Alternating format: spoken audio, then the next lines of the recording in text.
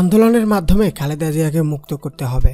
মির্জা ফখরুল শীঘ্রই ঐক্যবদ্ধভাবে গণতান্ত্রিক আন্দোলনের মাধ্যমে দলের চেয়ারপারসন কারাবন্দী মুক্ত করা হবে বলে জানিয়েছেন বিএনপির মহাসচিব মির্জা ফখরুল ইসলাম আলমগীর।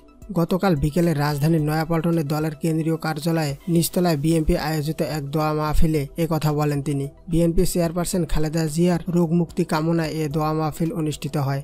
এতে খালেদা জিয়ার রোগ মুক্তি কামনা ও জিয়া পরিবারের জন্য বিশেষ মুনাজাত করা হয়। সংক্ষিপ্ত বক্তব্যে মির্জা ফখরুল ইসলাম আলমগীর বলেন, স্বাধীনতার সার্বভৌমত্ব ও গণতন্ত্রের প্রতীক বেগম খালেদা জিয়া সরকার পরিচালনার সময় সংসদীয় গণতন্ত্র পুনর্বর্তন করেছিলেন। সবসময় তিনি স্বৈরাচারের বিরুদ্ধে, ফেসিবাদীদের বিরুদ্ধে, একনায়কতন্ত্রের বিরুদ্ধে লড়াই করেছেন এবং এখনও লড়াই করে চলেছেন। গণতন্ত্র পুনরুদ্ধার করার জন্যই আজ তিনি কারারুদ্ধ রয়েছেন। তিনি চরম অসুস্থ।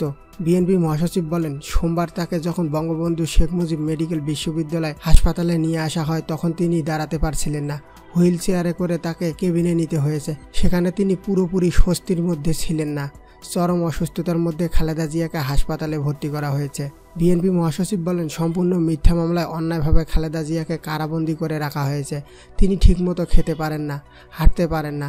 কারাগারে খালেদা জিয়ার সঠিক চিকিৎসা দেওয়া হয়নি অভিযোগ করে মির্জা ফখরুল ইসলাম আলমগীর বলেন, আমরা জাতীয় স্থায়ী কমিটির সব সদস্য মিলে স্বরাষ্ট্রমন্ত্রীর কাছে গিয়েছিলাম। বলেছিলাম তার পছন্দ অনুযায়ী একটা বিশেষায়িত হাসপাতালে তাকে চিকিৎসা দেওয়া হোক। কিন্তু সরকার আমাদের কথায় কর্ণপাত না করে আবার সেই বিএসএমইউতে নিয়ে এসেছে।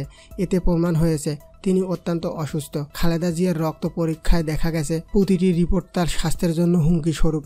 তিনি বলেন, দেশনেত্রী খালেদা জিয়াকে অবশ্যই মুক্ত করে আনতে হবে। এই ফেসিবাদী চরম স্বৈরাচারী একনায়কতান্ত্রিক সরকারকে সরাতে হলে আমাদের সামনে একটি মাত্র পথ খোলা আছে, সেটি হলো দেশনেত্রীর নেতৃত্বে গণতান্ত্রিক আন্দোলনে জয়ী হতে হবে।